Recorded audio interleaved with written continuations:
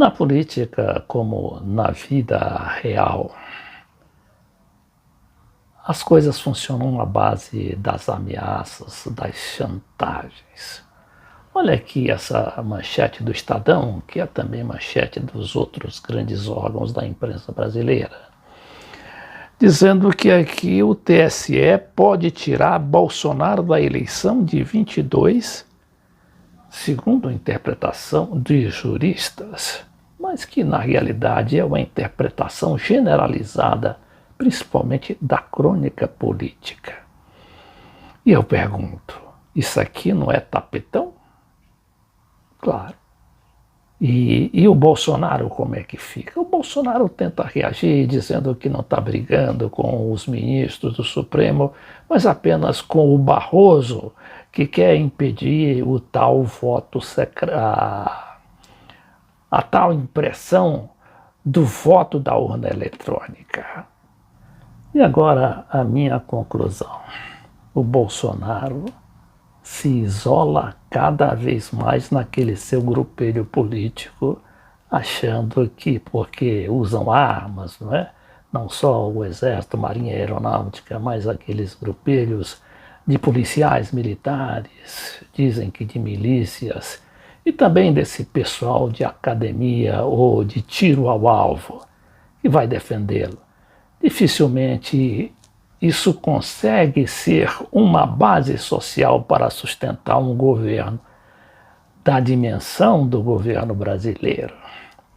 E tem mais algo que eu também estou muito desconfiado, que é dessa base parlamentar do governo, agora depois que entronizou o Centrão na figura do ministro Ciro Nogueira para chefiar a Casa Civil. Veja aqui o que aconteceu hoje.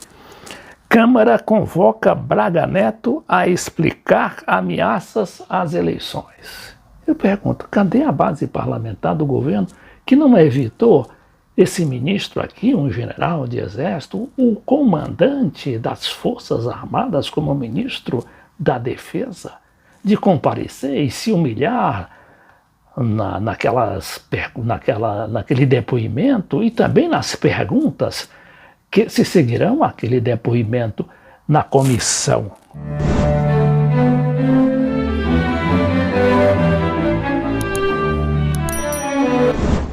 Vamos, porém, por partes e vejamos aqui essa decisão e essa posição aí dos ministros do Supremo, dos chamados ministros togados. Ações adotadas pelo TSE podem tirar Bolsonaro da eleição de 22. As medidas tomadas pelo TSE contra as reiteradas acusações do presidente Jair Bolsonaro à eficácia da urna eletrônica, condicionando as eleições de 22 ao voto impresso, podem atrapalhar seus planos políticos. Juristas ouvidos pelo Estadão dizem que o inquérito administrativo e a notícia-crime apresentados nesta segunda-feira pelo TSE, pedindo ao Supremo Tribunal Federal a inclusão de Bolsonaro na investigação de fake news, tem potencial para torná-lo inelegível se ele for responsabilizado criminalmente. Outro problema aqui, não é? No caso, aí um enquadramento para o Bolsonaro lá no Supremo, enquadrá-lo como tendo incorrido no crime de fake news. E aqui já não se fala nem das eleições, não é? As eleições que constituem outro processo paralelo lá no TSE e que visam caçar a chapa não só do Bolsonaro, como o Mourão, o Hamilton Mourão, seu candidato a vice. Mas, por enquanto, o Supremo e o TSE, né, que estão muito interligados, muitos dos ministros do TSE são do Supremo, eles não querem estourar a boca do balão, digamos assim, e só querem mesmo agora que o Bolsonaro não seja candidato à reeleição em 2022. E a reação do Bolsonaro? Vamos a ela. O Bolsonaro, na realidade, com aquelas decisões do TSE e do Supremo, fez uma espécie de recuo, um recuo tático, mas também se perdeu na sua argumentação.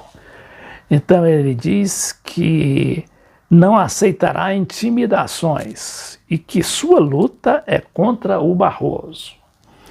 O tribunal abriu processo administrativo por alegações falsas de fraude nas eleições que pode levar à impugnação de eventual candidatura à reeleição. O presidente Jair Bolsonaro fez nesta terça-feira uma série de novos ataques ao presidente do Tribunal Superior Eleitoral, Luiz Roberto Barroso. Ao reiterar o endosso ao voto impresso a apoiadores na entrada do Palácio da Alvorada, Bolsonaro disse que não vai atacar o Supremo Tribunal Federal e o TSE, mas que tem uma luta contra o Barroso. Ora, é evidente que aquelas decisões tomadas toda por unanimidade, inclusive, pegando ali o apoio indireto, ainda que informal, daqueles ex-presidentes do TSE que dizem comprovar a lisura das urnas eletrônicas. O que eu falo não é um ataque ao TSE ou ao Supremo, é uma luta direta com uma pessoa apenas, ministro Luiz Barroso, que se arvora como dono da verdade, disse o chefe do Executivo. Bolsonaro está quase aí sem argumentos, não é? Eu quero saber quando o Congresso botar abaixo esse debate do voto impresso, o que é que ele vai dizer? Claro que ele vai tentar com uma manobra parlamentar para adiar indefinidamente aquela votação. Mas tudo tem um limite, não é? Inclusive porque a sua base parlamentar, como a gente tinha falado anteriormente, não é tão segura assim. Falando em base parlamentar, a gente volta à situação do ministro da Defesa, o general Braga Neto. Eu não sei por que o Braga Neto andou se metendo nessa briga aí, que era um general tão caladão. Dizem que ele queria o lugar do Mourão na chapa de vice do Bolsonaro. Aí eu me pergunto, será que o Bolsonaro com o Braga Neto, tendo como vice, vai acrescentar alguma coisa, algum fator eleitoral nesta eleição que será disputadíssima com o Lula em 2022? Então vejamos aqui, Braga Neto liga para presidente do Senado após acusação de espionagem na CPI e a CPI da Covid. Ministro da Defesa negou ter determinado investigação sobre senador Rogério Carvalho, PT de Sergipe, suplente da comissão. Esse senador, disse que foi alvo de uma suposta espionagem em seu estado. O ministro da Defesa, Walter Braga, procurou o presidente do Senado para tentar desfazer o mal-entendido entre as instituições. De acordo com pessoas próximas a Pacheco, que é o Rodrigo Pacheco, presidente do Senado, Braga Neto disse por telefone que desconhece o fato narrado por Carvalho e destacou que esta não é uma prática do seu ministério. O presidente do Senado ainda não se manifestou sobre o caso. Mais uma polêmica aí que levanta o Braga Neto, aquele homem caladão, sisudo, que de repente resolveu abrir os flancos num momento muito difícil, principalmente para ele que não tem, que nunca demonstrou habilidade ou flexibilidade política na velha arte de engolir sapos. Bom, esse é só o Braga Neto. Agora tem esse ministro, também general, Eduardo Ramos, que anda usando aí o Twitter para fazer acusações a um e a outro, querendo aparecer. O ministro estaria muito contrariado porque perdeu a Casa Civil para o Centrão e agora tenta ocupar as redes sociais, pelo menos para aparecer nos jornais.